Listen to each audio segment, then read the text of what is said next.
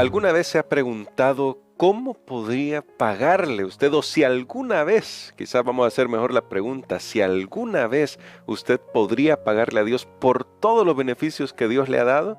Bueno, el salmista sí se lo preguntó, pero vamos a estudiar en esta semana un tema muy interesante que tiene que ver con eso, con valorar todo lo que Dios ha hecho por nosotros, todo, y hablaremos de eso en detalle en el tema de esta semana, que es las ofrendas para Jesús. Así que vamos a orar pidiendo la bendición de Dios para el estudio de hoy. Querido Padre, gracias te damos por tu palabra, porque nos permites abrir la Biblia para aprender cómo podemos mostrar al mundo entero que te amamos con todo nuestro ser, como hemos aprendido que debemos amarte. En el nombre de Jesús oramos. Amén. Pastora Ani Perla, durante la semana pasada estuvimos hablando un poco, porque debemos decirlo, no se agotó todo el tema, acerca de los diezmos. Siempre pueden quedar preguntas, siempre pueden quedar inquietudes, pero esas se van a ir resolviendo a medida que estudiamos la palabra de Dios. Pero esta semana vamos a estudiar sobre las ofrendas para Jesús. Y ya que estudiamos de los diezmos, generalmente nosotros en el lenguaje usamos diezmos y ofrendas. Vamos a explorar esta semana que tiene que ver con las ofrendas, que es lo que la Biblia enseña. Pero la primera pregunta que surge en mi mente, pastor, es ¿por qué es que debemos dar una ofrenda? Es decir, ya dimos nuestros diezmos, que debe motivarnos a decir, bueno, si yo ya cumplí con mi parte del diezmo, ahora, ¿por qué debería dar una ofrenda? Bueno, creo que es una pregunta interesante. Recordemos que Dios es el que ha establecido todo este sistema, y en su sabiduría infinita Dios vio que el diezmo no es suficiente. Yo decía la semana pasada, cuando contrastábamos el diezmo con el sábado no era la última prueba. Dios puso también nuestra honradez con respecto al diezmo, porque aquí recordemos algo que hablamos del diezmo. Nosotros decimos humanamente mi diezmo, pero no es mío, no es nuestro, es de Dios, es suyo, es de Él. Yo creo que eso tiene que quedar bien claro, así que no es mi diezmo, es de Dios. Entonces, cuando nosotros lo damos a Él, se lo devolvemos, lo retornamos, algunos dicen lo pagamos, la palabra que usted quiera usar. El punto es que usted no se quedó con ellos, sino que se lo dio al Señor. Usted simplemente está devolviendo algo que es de Él. Entonces quedamos con el 90%. Ahora, de ese 90% viene un aspecto muy bonito, que es el que vamos a estudiar esta semana, que tiene que ver con nuestra gratitud y con nuestra generosidad.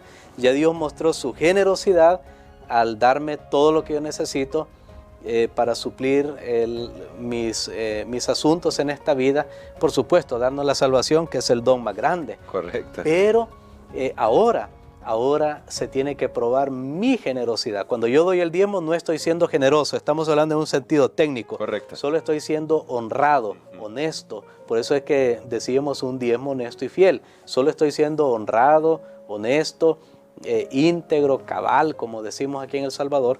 Pero cuando yo doy mi ofrenda del 90%, ahí sí se está probando mi generosidad y mi gratitud. Muy bien. Ahora, pastor, creo que eso lo podemos valorar con respecto a qué hace Dios, que como usted ya lo ha dicho en otras lecciones, incluso porque estos temas siempre terminan siendo recurrentes, Dios es el primero que da. Nos dio a Jesús, ya usted lo decía, el don de la salvación, que es lo máximo. Pero entonces, pastor, ¿cómo nosotros podemos aprender a dar como Jesús da o como Dios da? Que sí es sacrificado lo que Dios hizo, porque entregó a su Hijo amado, pero no lo hizo, voy a usar una palabra muy humana, a regañadientes. Lo hizo con un propósito bien definido, que era nuestra salvación, y eso le causa gozo a Él. ¿Cómo dar con gozo?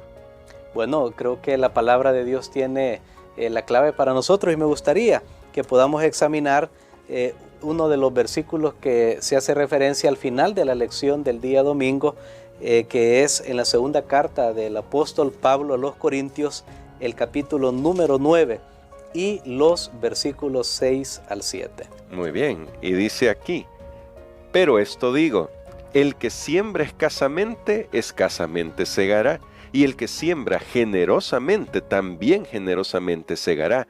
Cada uno dé como propuso en su corazón, no con tristeza ni por necesidad, porque Dios ama al que da con alegría. Muy bien, yo tengo que hacer aquí primero un contexto, brevemente, un contexto histórico de por qué el apóstol Pablo estaba escribiendo esto.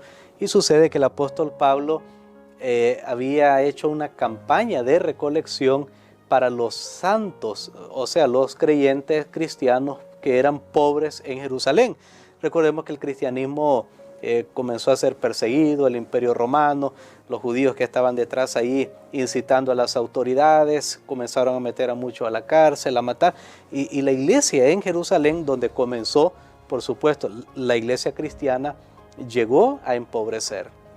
Así que, sin embargo, ya había creyentes en otros lugares, el evangelio se había esparcido debido al celo misionero de los primeros discípulos, y gracias a Dios los creyentes en esos otros lugares están en una mejor condición financiera, entre ellos los macedonios, pero aquí estamos hablando de los corintios. Parece que la iglesia en Corinto era muy próspera económicamente, ya que Corinto era un puerto, y era un puerto principal. Sabemos que a través del puerto se mueve la mercadería, pues si ahí hay recursos.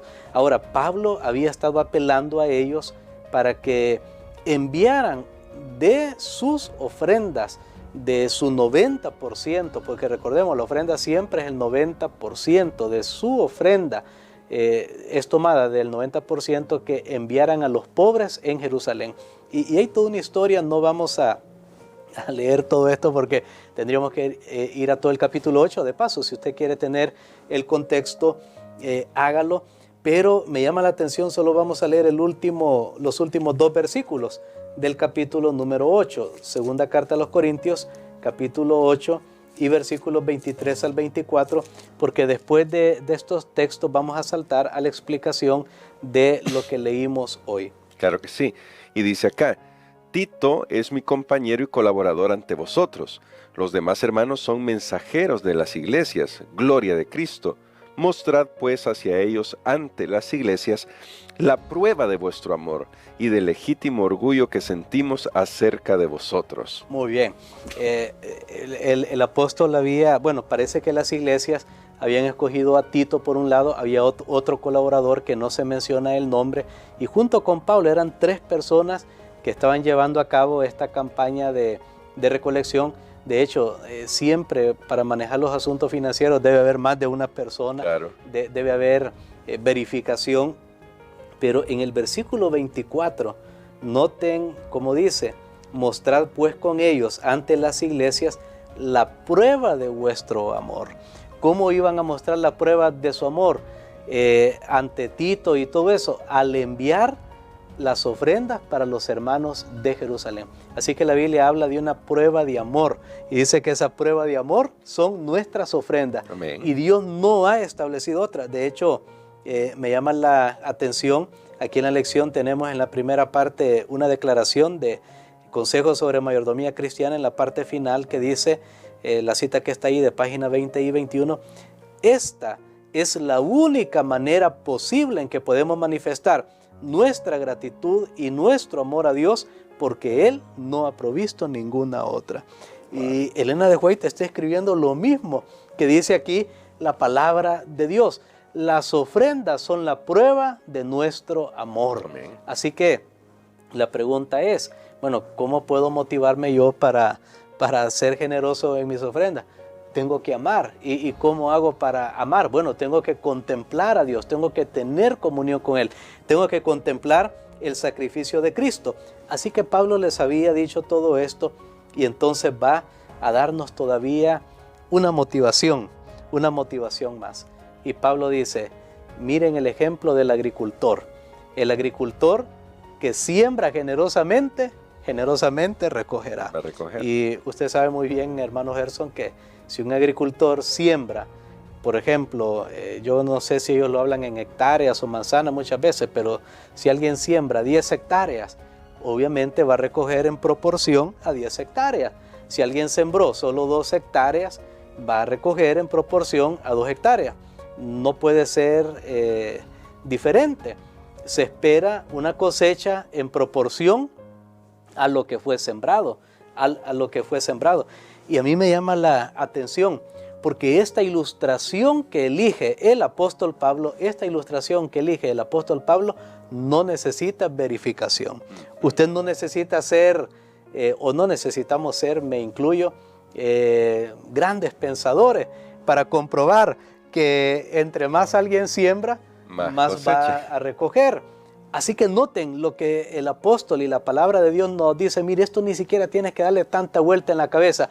¿Y será que si doy más? ¿Será que Dios me va a bendecir más? No, no tengas duda. Mira, ahí está un ejemplo de la naturaleza. Es más, algunos dicen, y esto me llama la atención también, algunos dicen, bueno, pero es que yo he escuchado, lo he dicho, ese argumento, es que si yo siembro, doy lo que Dios me pide que dé, que son los diezmos, si doy las ofrendas, Dios me va a bendecir y me va a bendecir, ya sea en salud, en esto, yo no tengo ninguna duda. Claro. Pero en la Biblia hay un principio, que cuando uno siembra una semilla, uno espera un fruto, ¿qué?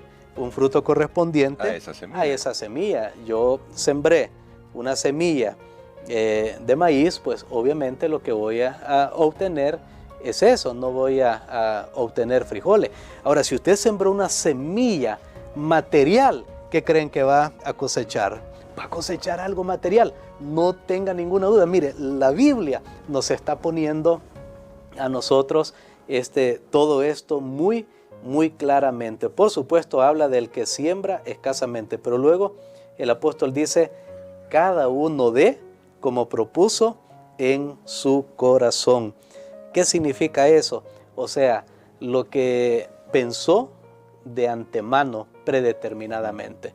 Por eso se ha dicho que la ofrenda siempre representa a Cristo, porque el que Jesús se ofreciera para salvar al ser humano no fue un pensamiento posterior de la necesidad que Dios vio y que nos imaginamos a Dios nervioso en el cielo.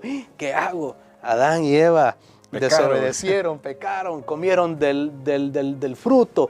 ¿Qué hago en este momento? Y Dios bien, bueno, voy a hacer esto. No, la Biblia dice que antes que nuestro mundo fuese creado, Dios ya había hecho el plan de redención. Amén. Así que como propuso en su corazón significa de antemano, porque luego están otros problemas. Que dice el versículo 7, no con tristeza. No con Ahí tristeza. está. Si yo no planifico mi dadivosidad, entonces cuando sea el momento, hoy voy a tener que dar esto y lo iba a usar para esto otro. Y eso, Dios no desea eso, ni por obligación, que es porque la lección, que es porque me están diciendo, que es porque no me van a dar cargo. No es por obligación. Y entonces hay una promesa muy linda. Sabemos que Dios ama a todo el mundo. Amén. Y sabemos que Dios nos ama, pero aquí específicamente dice, porque Dios ama al dador alegre. Si usted quiere estar seguro que Dios lo ama, sea un dador alegre. Y ahora, pastor, con lo que nos ha comentado, y me gustaba mucho lo que decía usted sobre cuando sembramos algo, queremos o vamos a, no queremos, sino que vamos a cosechar algo en proporción a lo que hemos sembrado. Eso trae a mi mente algunos textos que, es más, están citados también en la lección, que hablan sobre que Dios va a suplir todas nuestras necesidades, y no solo las va a suplir, sino que nos va a bendecir. Y entonces, uniendo ambas cosas, pastor, lo que se podría esperar de sembrar, lo que ya se ha explicado, lo que estamos diciendo con sembrar, ¿acaso no sería egoísta pensar que si le decimos al Señor, mira Señor, yo estoy sembrando, lo hago con amor, porque también hay que tener cuidado de las motivaciones, no sería egoísta pensar, entonces tú tienes que bendecirme en esto porque yo estoy sembrando también? ¿Cómo conciliamos esos conceptos, pastor? Muy bien, estoy entendiendo su pregunta perfectamente, y es como que si alguien esté pensando, entonces voy a dar más para que Dios me dé más, y le voy a reclamar porque voy a decirle, mira Señor, yo te di esto y tú prometiste que me vas a bendecir, entonces dame más. Ahora, creo que eso funciona en el ambiente que nosotros pensamos empresarial o económico. Yo voy a invertir más y voy a esperar más ganancia, y tiene que ser así, aunque yo he dicho bueno, la palabra de Dios nos ha dicho que vamos a recoger en proporción a lo que sembramos, pero ahí tenemos un asunto. Recordemos que la primera motivación es el amor. Amén. Es el amor. Y cuando el amor da sin esperar nada a cambio. Un padre ama a sus hijos y le compra pañales, leche, y desde pequeño lo atiende, lo manda a la escuela. Y aunque este hijo un día nunca le retorne nada, pero el padre lo hizo no para que el hijo, bueno hijo, tú ya cuando trabajes, a veces el padre puede decirle a los hijos, mira, tú me vas a mantener. No, el padre le dio incondicionalmente. Entonces, cuando el cristiano da al Señor, da incondicionalmente, pero aquí viene algo, vienen dos palabritas y que yo quiero enfatizar. Una es la palabra confianza. Amén. Usted depositó y dio para el Señor, fue generoso para el Señor y usted confía y espera en Él. Yo creo que más que orar y reclamarle, bueno Señor, estoy esperando mi ganancia. Estoy esperando que me devuelva, Señor. Yo he sido fiel tantos años. Aquí estoy, Señor. Mira, te has olvidado. No, yo creo que en vez de esa actitud viene una actitud de confianza. Aquí estoy, Señor. Te estoy agradecido. Tú has hecho por mí mucho. Aquí estoy confiando. Aquí espero. Pero la otra palabra la tenemos, que por supuesto viene siempre de la palabra confianza.